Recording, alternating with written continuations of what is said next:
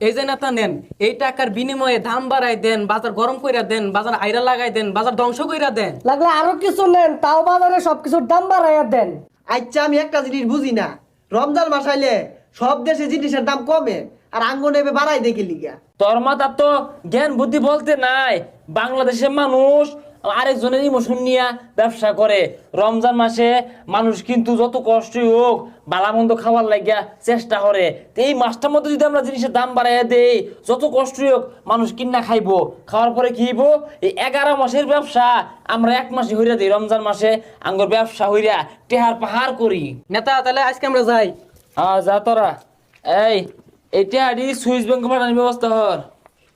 পরের টাকা পরের সম্পদ দান্দা কইরাই আমি খাই, আমার কোনো লজ্জা শরম নাই, নাই রে আমার কোনো লজ্জা শরম নাই।